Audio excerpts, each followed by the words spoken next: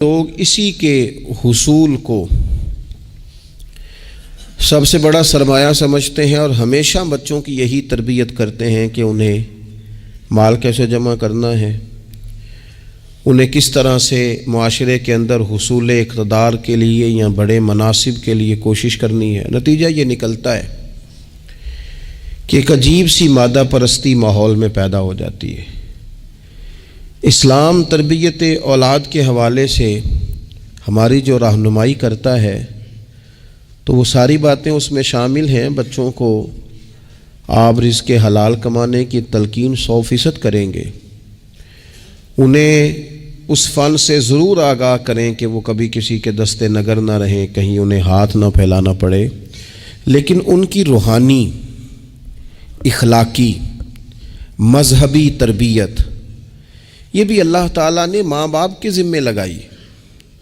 یا ایھا الذین آمنوا قوا انفسکم واہلیکم نارا، اے ایمان والو خود بھی دوزخ سے بچو اور اپنے گھر والوں کو بھی دوزخ کی آگ سے بچاؤ۔ ایسے اسباب اپنے بچوں کو سکھاؤ کہ کہیں وہ جہنم کے راستے پر نہ پڑ جائیں۔ ان ساری راہوں کا انہیں تعین کر کے دو جو جنت کی طرف جاتی ہیں۔ ان کی جو اخلاقی زندگی ہے، ان کے کردار و عمل کا جو حسن ہے، اس کے لیے تم اپنے بچوں کی تربیت کرو۔ ہمارے ہاں اگر پہلی بات تو یہ ہے کہ ہم بچوں کو بار بار اسی بات کی طرف گامزن کرتے ہیں اور مثالیں بھی دیتے ہیں تو اس طرح کی دیتے ہیں کہ فلانے کا بیٹا دیکھو کتنے پیسے کما رہا ہے، فلاں کا بیٹا دیکھو کتنے بڑے عہدے پر فائز ہو گیا ہے، اور فلاں کا بچہ دیکھو کتنا شہرت پا گیا ہے۔ تو پہلے تو مثالیں ہی دنیا داری کی، اور اگر دین کے لیے ہم قائل کرنا بھی چاہتے ہیں تو کچھ مثالیں سنا کر، کچھ باتیں بتا کر، کچھ تقریر سنا کر۔ تو یاد رکھیے گا تقریریں گھر سے باہر چلتی ہیں، گھر کے اندر عمل چلتا ہے۔ بچوں کی دینی اور روحانی تربیت کرنے کے لیے سب سے پہلے ماں باپ کو دینی اور روحانی زندگی گزارنی پڑے گی۔ بچے جس طرح باپ کو وقت پر ڈیوٹی پہ جاتا ہوا دیکھتے ہیں، انہیں اپنے باپ کو وقت پر اٹھ کے نماز پڑھتا بھی دیکھنا پڑے گا۔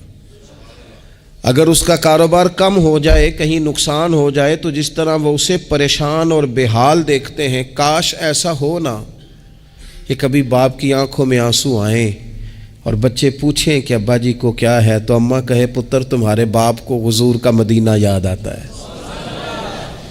یہ چیزیں روحانی زندگی جب ہم گزاریں گے تو بڑی جلدی ہمارے بچوں کے اندر یہ چیزیں پیدا ہوں گی۔ لیکن یہ تو نہیں نہ ہو سکتا کہ آپ فصل گندم کی بوئیں اور کاٹنا چاول چاہیں، یہ ممکن نہیں ہے۔ ہم چاہیں کہ ہم گھر میں کوئی دینی کام نہیں کریں گے، لیکن پتر تیرے اوپر پابندی ہے، تو نے سارے دینی، روحانی، اسلامی سارے تو نے کام کرنے ہیں۔ میرے پاس لوگ بچے داخل کرانے آتے ہیں تو ایک جملہ وہ اکثر بولتے ہیں، وہ کہتے ہیں جی میں بچہ داخل کرانا چاہتا ہوں تاکہ میری بخشش کا ذریعہ بن جائے۔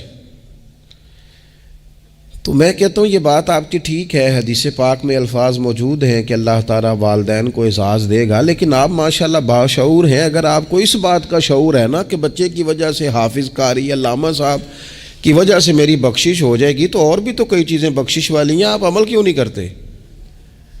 ان پر آپ توجہ کیوں نہیں دیتے؟ اس طرف بھی تو آپ غور فرمائیں۔ آپ کسی اور کے ذریعے سے جو بخشش چاہتے ہیں تو کوئی ایسا کام کرے نا کہ ہم رب سے دعا کریں تو اللہ ہماری وجہ سے کسی اور پر بھی فضل فرما دے۔ لیکن ہم اپنے آپ کو تبدیل نہیں کرنا چاہتے، اپنے اندر تبدیلی نہیں لانا چاہتے۔ ہم کوئی سویرے اٹھ کے کچھ مصلی کو، عبادت کو، اللہ کو ٹائم نہیں دینا چاہتے۔ ہم گھر میں سچ نہیں بولنا چاہتے۔ کیا ہمارے بچوں کو خبر نہیں ہے کہ ہم موبائل پہ کیا دیکھتے ہیں؟ کیا بچوں سے یہ بات چھپی ہوئی ہے کہ گھر کے اندر جو مال آتا ہے وہ کس طرح کا ہے؟ کیا ہمارے بچے نہیں دیکھتے کہ ہمارے باپ کا رویہ ہماری ماں کے ساتھ کس طرح کا ہے؟ کیا وہ چیزیں بنظر غائب غور سے ملاحظہ نہیں کرتے کہ ہماری اماں کا رویہ اپنے میکے کے حق میں کیا ہوتا ہے اور باپ کے والدین کے حق میں کیا ہوتا ہے؟ وہ ساری چیزیں جو ہمارے گھر میں ہو رہی ہوتی ہیں وہ بغیر ہمارے بتائے بچے اسے سبق لے رہے ہوتے ہیں. اس رستے کے وہ مسافر ہوتے ہیں جس رستے پر میرے گھر والے چل رہے ہوتے ہیں. تو اپنے بچوں کی اخلاقی تربیت کے لیے سب سے پہلے تو گرمیوں میں دوپہر کو سارے لوگ کی گاؤں میں سویا کرتے تھے، تو ایک بچہ، ایک نوجوان موٹر سائیکل پہ نا اس نے بڑا سخت ہارن لگایا ہوتا تھا. تو وہ لاڈلا بچہ تھا، اپنے ماں باپ کا اکلوتی اولاد تھی، تو وہ گلی سے گزرتا تو میری والدہ بڑی ناراض ہوتی، کئی دفعہ برا بھلا بھی کہتی کہ اس کو شرم ہی نہیں آتی، یہ سوتوں کو جگا دیتا ہے، اتنا سخت ہارن لگا دیا ہے. پھر کچھ عرصے کے بعد اس نے وہ ہارن اکھیڑ دیا، اسی گلی سے گزرتا لیکن چپکے سے. تو بچہ شرارتیں کرنے والا شرارت چھوڑ جائے تو پھر بھی سوال کھڑا ہوتا ہے کہ کیوں چھوڑ گیا ہے. تو اماں جی کہنے لگی انہوں پوچھتے سے کی ہویا سو. میں نے اس سے ایک دن کہا کہ خیر ہے، تو مجھے کہنے لگا بھائی جان میرے گھر میں بیٹی پیدا ہوئی ہے. تو میری والدہ نے مینوں تھبکی دے کے کہ پتر ہے ہارن لا چھڑ، تیاں دے پیو انج دے کام نہیں کرتے. میں اب صاحب اولاد ہوں، تو اگر میرا کردار اس طرح کا ہوگا تو پھر لہجہ کیا ہوگا. میں نے چھوڑ دیے سارے کام، چونکہ میرے گھر میں بیٹی آ گئی ہے، اور میری ماں نے مجھے کہا ہے کہ بیٹیوں کے باپ کا یہ لہجہ نہیں ہوتا، ان کے انداز بڑے شستہ بڑے صاف ہوتے ہیں، چونکہ گھر میں بیٹی نے آنکھ کھولنی ہے، اس نے وہ رنگ دیکھنا ہے. میں ایک دوسری بات بھی آپ کو عرض کرتا ہوں. میں کھانا کھا رہا تھا، گھر کے اندر بیٹھا تھا، تو میری گھر والی مجھ سے کہنے لگی کہ باہر بچہ بڑا بلک بلک کے رو رہا ہے مدرسے کا. میں نے کہا جلدی سے بلاؤ. وہ بچہ اندر آیا تو وہ کانپ رہا تھا، اور اس کی حالت اس طرح کی تھی کہ شاید تھوڑی دیر میں گر جائے. تو مجھے تو کھانا بھول گیا. میں نے کہا پتر خیر ہے، کیا ہوا کیا ہے؟ تو بولے تو اس سے بات نہ ہو سکے، ہانپتے کامتے تڑپتے ٹوٹتے جملے. وہ میں نے کہا بیٹے کیا بات ہے، چھوٹا سا بچہ ہے. کہنے لگا میں نے گھر ٹیلی فون کیا تھا، میرے ابا جی پھر میری اماں سے لڑ رہے ہیں. حضرت صاحب جب وہ لڑتے ہیں تو ہم چار پائیوں کے نیچے چھپ جاتے ہیں، خوف آتا ہے. میری بہنیں روتی ہیں، ہمیں کسی چیز سے اتنا ڈر نہیں آتا، کیونکہ ہمارا والد پھر ہماری اماں کو مارتا ہے. خوف آتا ہے. آج گھر میں نا پھر ابا جی اماں کو پیٹ رہے ہیں. میں نے فون کیا تھا تو بہنیں رو رہی ہیں، آپ دعا کر دیں ہمارے گھر میں سکون ہو جائے. ہم تو اپنے بچوں کی آنکھوں میں آنسو نہیں دیکھ سکتے، پر یہ کس نے رلایا ہمارے بچوں کو؟ ماں باپ نے مل کے. کس نے تباہی کی؟ ان کے خیالات کیوں بکھر گئے؟ اتنا خوف کس چیز نے طاری کیا؟ یہ سکون کس نے چھینا؟ میں نے پھر ان کے والد کو بلایا، گزارش کی، اور مجھے امید ہے کہ وہ میری بات بھی سمجھ گئے ہوں گے. میں نے ان کو وہ سارے حالات سے آگاہ کیا کہ آپ کے بچوں کی نفسیات کہاں تک جا رہی ہے. پر میری آپ اس واقعے کے بعد میں سمجھا کہ شاید یہ ایک گھر کا مسئلہ تو نہیں ہوگا، جانے کتنے گھروں میں یوں ہوتا ہوگا، کتنے بچے خوف کی زندگی گزارتے ہوں گے، اللہ جانے اب کیا ہونے لگا ہے. تو اپنے بچوں کی اخلاقی تربیت کے لیے، اخلاقی بڑا پیار کرتا ہے باپ اپنے بچے سے. میں صحیح بتاتا ہوں آپ کو، بڑا پیار کرتی ہے ماں اپنے بچے سے، لیکن یاد رکھنا اس پیار میں کہیں وہ اخلاقی حدود کو کراس نہ کر جائے. یہ دیکھ لینا کہیں آپ کے لاڈ پیار میں کوئی ناجائز بات اس کے منہ سے نکلے کسی کے بارے میں، اور آپ اسے قبول کر کے کہیں اسے تباہ نہ کر دیں. باپ میں نے دیکھا ہے یہ کام کرتے ہیں کہ بچے نے اگر کبھی کوئی تحفہ مانگ لیا ہے اور موقع آ گیا ہے تحفہ دینے کا، تو باپ اوور ٹائم بھی لگاتا ہے. والد کہتا ہے اپنی فیکٹری کے مالک سے کہ میں تھوڑے تھوڑے کٹوا دوں گا، پر مجھے بچوں کے لیے گفٹ خریدنا ہے، ان کے کپڑے بنوانے ہیں. بڑی جان جوکھوں میں ڈالتا ہے، اور وہ کہتا ہے کہ میں اپنے بچوں کو مایوس نہیں دیکھنا چاہتا، میں اعلیٰ سے اعلیٰ چیز بھی لاؤں گا. پر آپ کو پتہ ہے اللہ کے پیارے رسول علیہ السلام نے فرمایا کسی باپ کا اپنے بیٹے کے لیے، اپنی بیٹی کے لیے سب سے بہترین تحفہ یہ ہے کہ وہ اپنے بچوں کو اچھا ادب سکھا دے. یہ سونا تحفہ دیا ہے باپ نے کہ اس بچے کو اس نے اچھی تربیت سے روشناس کرا. یہ خوبصورت تحفہ سونا ایک کمال کر دی والد نے کہ اس نے اپنے بچے کے آداب زندگی میں ایک اچھے ادب کا اضافہ کیا. آپ نہ ہزاروں کا لاکھوں کا تحفہ لے کے آئیں لیکن اس کی اخلاقی تربیت کریں, اس کے کردار میں جاذبیت پیدا کریں. ہو نہ آج بھی کوئی ماں ایسی جو غوث پاک کی ماں کی طرح کہے پتر بھوک کاٹ لینا پر جھوٹ نہ بولنا. ہو نہ کوئی ماں آج بھی ایسی جو بابا فرید کی ماں کی طرح یہ کہے پتر تجھے شکر پسند ہے پر ملے گی تب جب تو نماز پڑھ کے مصلی اٹھائے گا. ہو نہ آج بھی کوئی خواجہ بختیار کاکی کی ماں جیسی ماں جو سارا دن گھر میں سپارے پڑھتی رہے اور 15 سپارے یاد ہوں اور صبح شام پڑھے. او خدا کے بندو, کچھ چیزیں ایسی ہیں جو کردار کی روشنی سے نور پاتی ہیں, جو صرف عمل کے حسن سے دنیا کو حسین کر دیتی ہیں. بچوں کی روحانی تربیت, اخلاقی تربیت. ہم نا جو بچوں کو سبق دے رہے ہیں وہ محدود زندگی کا دے رہے ہیں. ہم مسلمان ہیں, ہمیں ہمارے دین نے کہا ہے کہ زندگی 60-70 سال کی نہیں, اس کے بعد بھی ایک زندگی ہے جو ہمیشہ رہنے والی ہے, ختم نہ ہونے والی ہے. ہم نے بچوں کو جتنے اسباق پڑھائے ہیں وہ دنیاوی زندگی کے لیے, روزی روٹی کے لیے, کاروبار کے لیے, شادی نکاح کے لیے. لیکن ہمیں ہمارے دین نے کہا ہے کہ انہیں وہ سبق بھی دو جو قبر میں بھی انہیں کامیاب کرے. قو انفسکم واہلیکم نارا, خود بھی دوزخ کی آگ سے بچو گے اور اپنے بچوں کو بھی بچاؤ گے. یہ اہتمام کرو. تو وہ خاص خوبصورتی جو ہمارے دین نے کہا ہے کہ ان کی اخروی زندگی میں ان کے کام آئے. دیکھیں نا, نبی پاک صلی اللہ تعالی علیہ وسلم نے 3 چیزیں ہمارے ذمے لگائیں. فرمایا اپنی اولاد کو سکھاؤ. یہ باپ کے ذمے لگائی ہیں حضور نے چیزیں, ماں کے ذمے لگائی ہیں. فرمایا یہ اپنی اولاد کو سکھاؤ 3 چیزیں.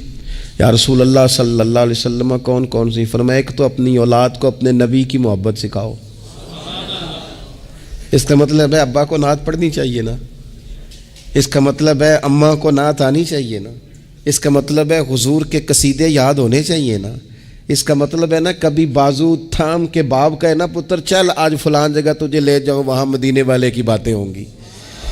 اس کا مطلب ہے کہ اسے باپ کو ان سارے رستوں کا تعین تو بیٹے کا بازو تھام کے اسے کتنی جگہوں پہ لے گیا ہے. چل ایک دن یوں بھی کر, تھام اس کا بازو اور اسے حضور کے مدینے بھی لے جا کر, محبوب کے سامنے کھڑا. فرمایا اپنے بچوں کو اپنے نبی کی محبت سکھاؤ. اور فرمایا دوسرے کام یہ کرو کہ اپنے بچوں کو اپنے نبی کی اولاد کی محبت سکھاؤ. سکھائی حضرت عمر نے جناب عبداللہ کو, عبداللہ ابن عمر کو محبت, تو پھر انہوں نے محبت کی. اپنی اولاد کو اپنے نبی کریم کی اولاد کی, اہل بیت کی محبت سکھاؤ. اور تیسرا حضور نے ذمہ لگایا کہ اپنے بچوں کو قرآن پاک کی تلاوت سکھاؤ. یہ ماں باپ سکھائیں, پہلے خود سیکھیں پھر اپنے بچوں کو سکھائیں. انہیں کہ پتر آ بیٹھ میرے پاس بیٹھ کے قرآن شریف پڑھ, میں تجھے پڑھاتا ہوں. تلاوت کلام مجید تو ہر مسلمان کے لیے صحیح تلفظ سے سیکھنا ضروری ہے, تو پہلے سیکھیں پھر سکھائیں. تو ان کی اخلاقی تربیت, روحانی تربیت, 2 انسان کی تربیت کے مزاج ہوتے ہیں. ایک اس کی ظاہری تربیت ہوتی ہے, ایک اس کی باطنی تربیت ہوتی ہے. اس کے ظاہر کا بھی خیال کریں. نبی پاک علیہ السلام کے سامنے ایک بچہ کھانا کھا رہا تھا تو جہاں سے مرضی کھا رہا تھا, تو اللہ کے پیارے رسول صلی اللہ تعالیٰ علیہ وسلم نے فرمایا سیدھے ہاتھ سے کھاؤ اور اپنی سائیڈ سے کھاؤ, اللہ تمہیں برکت عطا کرے گا. بچوں کو اخلاق کا, آداب کا طریقہ بھی بتایا جائے. ہمارے ہاں نا شادی سے واپس آ کر, محفل سے واپس آ کر بچوں کو ڈانٹا جاتا ہے کہ آج تو آپ نے بڑی انسلٹ کرا دی, آپ کو روٹی نہیں کھانی آئی. تو بھئی یہ بچوں کو آپ ڈانٹے نہیں, یہ تو آپ کو چاہیے تھا کہ اس سے پہلے سکھایا جاتا کہ کھانا کیسے ہے, بیٹھنا کیسے ہے, جانا کیسے ہے, کسی سے سلام کلام کیسے کرنا ہے. یہ ڈانٹنے کی بات ہے؟ یا استاد کو چاہیے تھا کہ اپنی کارکردگی پر غور کرتا, بجائے اس کے کہ اپنی کارکردگی کو دہرایا جائے. الٹا آپ اس شخص کو ڈانٹ رہے ہیں جو زیر تربیت ہے. اور پھر بعض اوقات یہ ہوتا ہے کہ بچوں کو اس طرح ڈانٹا جاتا ہے, ہمارے صوفیاء نے لکھا ہے جب بچے پہ غصہ آئے تب اسے سزا نہیں دینی, ایک دن بعد سزا دو یا کچھ گھنٹوں کے بعد, اس لیے کہ غصے میں جو سزائیں دی جاتی ہیں وہ حد سے کراس کر جاتی ہیں. بچوں کو مناسب انداز میں سزا دینا بھی شریعت میں موجود ہے. سب سے زیادہ حضور پیار کرتے ہیں امت سے، لیکن نبی پاک صلی اللہ تعالی علیہ وسلم نے فرمایا 7 سال کے بچے کو نماز کا کہو اور 10 سال کا نہ پڑھے تو سزا دو. اسے مناسب حد تک تنبیہ کرو، سزا دے کے بھی پڑھاؤ، کیونکہ عمر ایسی ہوتی ہے آپ کو فصل کو پانی بھی دینا پڑتا ہے اور جڑی بوٹی کو کاٹنا بھی پڑتا ہے. اب کو بندہ کہ نہیں میں بڑے مہربان طبیعت کا مالک ہوں جی، میں جڑی بوٹی کیسے کاٹوں؟ تو بھئی جڑی بوٹی کو کاٹنا بھی فصل سے پیار ہی ہے، اس پر بھی توجہ ہونا چاہیے. ایک مناسب مقدار میں آپ کسی چیز کو بھی رکھیں، افراط اور تفریط سے پاک. بچے کو مناسب حد تک آپ تنبیہ کریں، اس کی ظاہری باطنی تربیت پر توجہ دیں. حضرت عمر بن عبدالعزیز رحمۃ اللہ علیہ کے والد مصر میں ہوتے تھے، اور جناب عمر بن عبدالعزیز حضرت صالح بن کسان رحمۃ اللہ علیہ ایک محدث تھے، ان کے پاس مدینہ طیبہ میں تعلیم حاصل کرتے تھے. تو آپ نے اپنے استاد صاحب کے پیچھے عصر کی نماز پڑھی تو ایک رکعت آپ کی لیٹ تھی، اٹھ کے آپ نے نماز پوری کی. تو حضرت صالح بن کسان محدث تھے، عالم تھے، حدیث پاک کو جاننے والے. وہ حضرت عمر بن عبدالعزیز سے کہہ رہے ہیں بچپن ہے اور والد مصر میں. انہوں نے پوچھا بیٹا کہاں تھے؟ نماز میں ایک رکعت میں نے دیکھا کہ آپ نے دیر سے نماز پڑھی ہے. تو عرض کرنے لگے میں حضور کنگھی کر رہا تھا. بعض بچے آئینے کے سامنے کھڑے رہتے ہیں پھر بڑی بڑی دیر ہی کھڑے رہتے ہیں. کنگھی کر رہا تھا تو ذرا دیر ہو گئی. حضرت صالح بن کسان رحمۃ اللہ علیہ نے ان کے والد کو مصر میں خط لکھا، فرمانے لگے جوانی بھی ہے، موقع بھی ہے، فرصت بھی ہے، اور ابھی بھی آپ کا بیٹا جماعت سے نماز نہیں پڑھتا. مصر میں خط گیا. آج جب میں نے پوچھا ہے تو اس نے کہا میں کنگھی کر رہا تھا. اتنے معمولی سے کام کے لیے اس نے تکبیر اولیٰ چھوڑ دی. اب وہاں مصر میں بیٹھے والد نے یہ نہیں کہا کہ مولوی صاحب آہستہ آہستہ ٹھیک ہو جائے گا، آپ کو کیا ہو گیا ہے، کوئی بات ہے کرنے والی. انہوں نے وہاں سے گھوڑے پہ بندہ دوڑایا، بندہ مدینہ طیبہ آیا.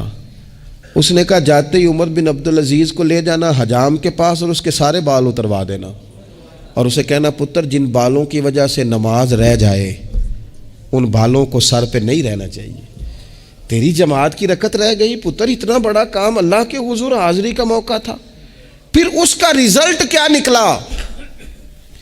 حضرت عمر بن عبدالعزیز بادشاہ بنے. 39 سال عمر میں انہوں نے پوری امت کو خیر سے بھر دیا. حشام بن عبد الملک کے بھی 11 بیٹے تھے، جناب عمر بن عبدالعزیز کے بھی 11 بیٹے تھے.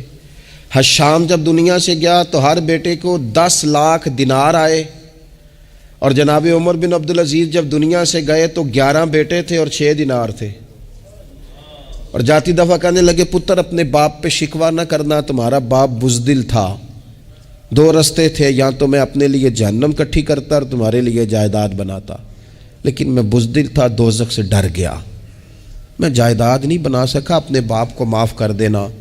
تو بچے کہنے لگے ابا جی ہم جس گلی سے گزرتے ہیں لوگ اٹھ کے کھڑے ہو جاتے ہیں کہ نیک باپ کی اولاد جا رہی ہے، اچھے باپ کے بچے جا رہے ہیں، ہمیں کوئی ضرورت نہیں جائیدادوں کی. وہ شخص جو یہ بیان کرتا ہے نا کہ 6 دینار چھوڑ گئے تھے، وہ کچھ کفن دفن پہ لگ گئے، کچھ اور کسی کام لگ گئے، 6 دینار کل بچے بچوں کے پاس، 11 بیٹوں کے پاس. لیکن وہ شخص کہتا ہے وہ جو 10 لاکھ دینار حشام بن عبد الملک کے بچوں کو آئے تھے، وہ مسجدوں کے سامنے بھیک مانگا کرتے تھے. کیونکہ جب بچوں کو بنا اس طرح کا دیا گیا کہ کھانے میں پینے میں موج میں اڑا دیا مال، اور یہ جو 6 دینار 11 بیٹوں کو دے کے گیا، رب نے اتنی برکت دی کہ ایک ایک بیٹا ایک ایک وقت میں 100 گھوڑے مال کے بھرے ہوئے رب کے رستے میں خیرات فرمایا کرتے تھے. اصل دولت اولاد ہے، اصل دولت اس کا اخلاق ہے، اصل دولت اولاد کی اخلاقی تربیت ہے. ایسا نہ ہو کہ مال کمانے کے چکر میں اصل دولت سے ہاتھ دھو بیٹھے، ایسا نہ ہو کہ بینک پیسوں سے بھر جائے اور ہماری اولاد ہاتھوں سے نکل جائے. ایسا نہ ہو کہ ہم نے یاروں کو ٹائم دے دے کے تو بڑی دور نکل گئے ہم، لیکن ہمارے بچے کے ذہن میں چند سوالات تھے، ہم انہیں مطمئن نہیں کر سکے. ہم نے نوکروں کے ذمہ ڈال دیا، فلانے کے ذمہ ڈال دیا، چچا کے ذمہ ڈال دیا، وقت نہیں دیا، ٹائم نہیں دیا. کائنات میں سب سے مصروف زندگی رسول کریم کی ہے، پر حضور تو انہیں کندھوں پر بھی بٹھایا کرتے تھے، نماز میں بھی بچے ساتھ آ جاتے تھے اپنی، اور پھر بچوں کو احساس دلائیں کہ سب انسان برابر ہیں، انہیں تقوی کا درس دیں۔ آپ نے ناراض نہیں ہونا، امیروں کے بچوں کو یہ سبق دیا جاتا ہے کہ تہاڈا سٹیٹس نہیں ہو تسی فلانے نال کھیڈن ڈیس ہو۔ حضرت عمر کے زمانے میں ایک گورنر کے بیٹے نے ایک غریب کے بیٹے کو مارا تھا، تو حضرت عمر نے گورنر صاحب کو معزول کر کے اونٹ چرانے پہ لگا دیا۔ لوگوں نے کہا ابے کا کیا قصور ہے؟ فرمانے لگے اس کا بھی تو قصور ہے نا، اسی نے تو اسے بتایا کہ تو گورنر کا پتر ہے۔ اگر وہ بتاتا کہ بیٹا قانون سب کے لیے ایک جیسا ہے تو یہ کام نہ ہوتا۔ چھوڑ دو، کمی اور چودھری کی تقسیم، تمہاری اولادیں بچ جائیں گی۔ چھوڑ دو امیر اور غریب کا فرق، بچے متقی اور پرہیزگار ہو جائیں گے۔ چھوڑ دو یہ سٹیٹس کا دھندا، تمہاری اولاد کے دل سے کبر اور تکبر نکل جائے گا۔ محبوب نے یہ فرق مٹا کے ہمیں بتایا ہے کہ اخلاق حسن ہے، کردار معیار ہے۔ تمہارے اندر اگر تقوی کی دولت آتی ہے تو یہ اصل اعزاز ہے۔ خوش قسمت ہے وہ باپ جس کو کوئی آ کے کہے کہ تیرے بیٹے کو نماز پڑھتے دیکھا ہے۔ میں نے ایک جگہ ایک تراویح پڑھی، تو میرے ساتھ ایک صاحب تراویح پڑھ رہے تھے، وہ روتے جا رہے ہیں، تو میں یہ سمجھا کہ شاید ان کو قرآن مجید کی سمجھ آ رہی ہے، چلے تھوڑا بہت، میں بھی طالب علم ہوں قرآن پاک کا، تو میں نے کہا ایسی آیات تو نہیں ہے اتنا رونے والی، لیکن بہت ہی رو رہے ہیں۔ تو 2 رکعتوں کے بعد میں نے ان سے کہا کہ اب تو آپ کی کیفیت وہاں چلی گئی ہے کہ نماز میں اتنی آواز نکلنی نہیں چاہیے، کیا مسئلہ ہے؟ تو کہنے لگے حضرت صاحب میرا پتر پہ تراویحاں پڑھانا ہے۔ تو یہ دیکھیں نا، یہ بہت بڑی خوبصورتی ہے، لیکن یاد رکھیں اس کا حافظ قاری عالم ہونا بھی بڑی بات ہے، لیکن شرط یہ ہے کہ وہ اخلاقی طور پر اگر ایک اچھا انسان بن جائے تو پھر بھی بڑی بات ہے۔ اگر آپ کو یہ کوئی آ کے بتائے کہ میں جا رہا تھا چکی پہ گندم لے کر پسوانے کے لیے، لیکن تیرے بیٹے نے تو جلدی سے موٹر سائیکل روکا ہے، اس نے کہا چچا جان مجھے دینا، میں چھوڑ کے آتا ہوں، اور میں جا رہا تھا ڈاکٹر کی طرف دوا لینے، لیکن اس نے کہا کہ آپ ادھر میرے ساتھ آئے نا، میں جاتا ہوں آپ کو لے کر کے۔ یہ بہت بڑا اعزاز ہے، بچوں کو اخلاقاً مضبوط کر دینا، ان کے کردار کے اندر وہ خوبصورتی لے آنا۔ میں بڑے درد سے آپ سے عرض کروں، ہم اپنی اولاد کی تکلیف نہیں دے سکتے، دیکھی نہیں جاتی، کیسے دیکھیں گے؟ تو مجھے بتاؤ، کیا خدا نہ خواستہ اللہ تعالیٰ سب کو محفوظ کرے، قیامت میں اگر اولاد کو عذاب ہوگا تو دیکھا جا سکے گا؟ اور اگر نہیں دیکھ سکتے تو پھر خدا را کبھی بھی انہیں رزق حرام نہ کھلانا، تھوڑی روٹی لیکن حلال، تھوڑا مال مگر جائز، سادہ سواری مگر جائز پیسوں۔ میرے نبی پاک صلی اللہ علیہ وسلم نے فرمایا جو گوشت حرام سے پلے گا وہ جنت میں نہیں جائے گا۔ اپنے بچوں کے لیے رزق حلال کا بندوبست کریں، جس طرح ڈھونڈ کے لاتے ہو نا بچوں کے لیے اچھا گوشت، ڈھونڈ کے لاتے ہو نا بچوں کے لیے وہ غذا جس میں ملاوٹ نہ ہو، ڈھونڈ کے لاتے ہو نا بچوں کے لیے وہ والا کھانا جو غیر معیاری نہ ہو، معیاری ہو، ڈھونڈ کے لاتے ہو نا خالص چیزیں اپنے بچوں کے لیے، اسی طرح ان کے لیے طیب اور طاہر رزق بھی لے کے آؤ، تاکہ ان کے اندر روحانیت پیدا ہو، تاکہ تقوی کی روشنی دوڑے۔ امام حسن رضی اللہ تعالیٰ عنہ مسجد نبوی شریف میں تشریف لائے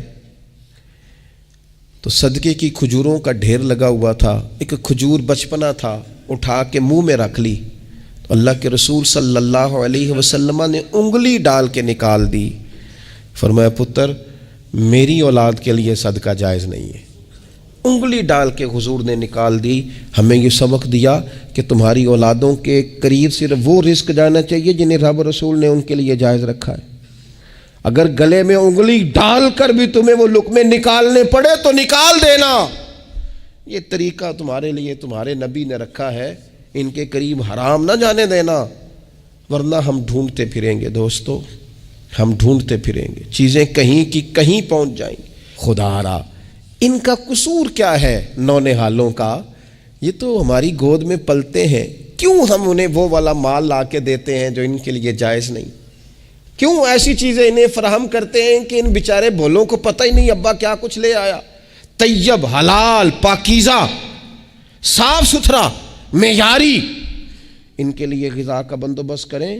اور ان کے لیے ایک بات اور آپ کو آخر میں عرض کرنی ہے، یہ آپ نے نا میری منت سمجھنی ہے. اس طرح بچوں کو نسخے بتاتے ہیں نا کمائی کرنے کے، اس طرح انہیں ہنٹس دیتے ہیں نا دنیا میں چھا جانے کے، اس طرح آپ اپنے بچوں کو وظیفے بتائیں، انہیں اذکار کی فضیلت والد صاحب بتائیں. کیوں؟ کہ یہ میرے نبی پاک کا طریقہ ہے صلی اللہ تعالی. دیکھو نا حضور کے دروازے سے سب کو سب کچھ ملتا ہے نا.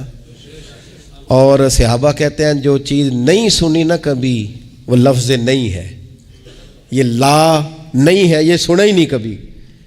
لیکن نبی پاک صلی اللہ تعالی علیہ وآلہ وسلم نا سحری کے وقت سیدہ فاطمہ آرام فرماتی سحری کے وقت، تو حضور نے ہماری تعلیم کے لیے، ہمیں سمجھانے کے لیے بیٹی کو پاؤں سے پکڑ کر اٹھایا، فرمایا فاطمہ اٹھو، یہ تو رب سے رزق مانگنے کا وقت ہے، اٹھو، طلوع فجر سے طلوع صادق تک اللہ تعالیٰ رزق تقسیم کرتا ہے، اٹھو مصلے کو آباد کرو. شاید یہی وہ سبق تھا کہ امام حسن کہتے ہیں پھر میں نے اپنی ماں کو ساری رات ہی مصلے پہ دیکھا، سارا دن ہی دعائیں مانگتے دیکھا. او دیکھو میرے دوستو، حضور کے دروازے سے سب کو سب کچھ ملتا ہے، پر جب سیدہ فاطمہ نے کہا تھا نا یا رسول اللہ غلام مل جائے، تو کریم رسول نے بیٹی کو وظیفہ دیا. چلو حضور کی سنت سمجھ کے ابا جی ایک وظیفہ بتائیں نا اپنی بیٹیوں کو، بتائیں گے انشاءاللہ. چلو ایک وظیفہ بتائیں نا بیٹوں اور بیٹیوں کو، اور کہیں کہ یہ میں بھی پڑھتا ہوں، بڑی برکت والا ہے پتر تو بھی پڑھا کر. یہ وظیفہ بتائیں گود میں بٹھا کے. میں نے کہا ہم ہنٹس دیتے ہیں مال کمانے کے، یہ بھی تو دو نا. تو نبی پاک علیہ السلام نے کہا پتر غلام تو میں مدینے کے غریبوں پر تقسیم کروں گا، لیکن تجھے ایک وظیفہ دیتا ہوں، 33 بار سبحان اللہ پڑھا کر، 33 بار الحمدللہ پڑھا کر، 34 بار اللہ اکبر پڑھا کر. جب بھی یہ وظیفہ ختم ہوگا رب غلام آزاد کرنے کا ثواب عطا فرمائے گا. اس تسبیح کا نام ہی تسبیح فاطمہ ہے، اور شان یہ ہے کہ فرمایا اگر کسی کے گناہ سمندر کی جھاگ کے برابر بھی ہوں تو ہر نماز کے بعد یہ پڑھے، اللہ سارے گناہ معاف فرما دے گا. تھوڑا کسی وقت بیٹھ نہ جائیں بچوں کو لے کے گھر کے اندر کے پتر آؤ نا آج درود شریف پڑھیں. صبح نا کبھی کبھی بڑا یاد آتا ہے، میری دادی اماں تخت پوش پہ بیٹھتی تھیں، وہ نماز پڑھ کے پھر سب کو جگاتی تھی، تو اٹھو، اور دونوں لفظ کہتی تھی، اٹھو سبق پڑھو تے نماز پڑھو. نماز اور سبق اس سے مراد ہے نماز پڑھ لو اور پھر قرآن پاک. یہ 2-4 دن کریں نا ہم سارے اپنے گھر میں کہ آؤ بھی بچوں سارے پہلے نماز پڑھیں پھر سارے قرآن شریف کھولیں، تھوڑی دیر یہ کھولو نا، امید ہے رب کے فرشتے رحمتوں کا نزول فرمائیں گے. تو بچوں کی روحانی، اخلاقی، عملی، دینی تربیت پر ہم نے توجہ دینی ہے. اللہ تعالی ہمیں اس کی توفیق عطا کرے.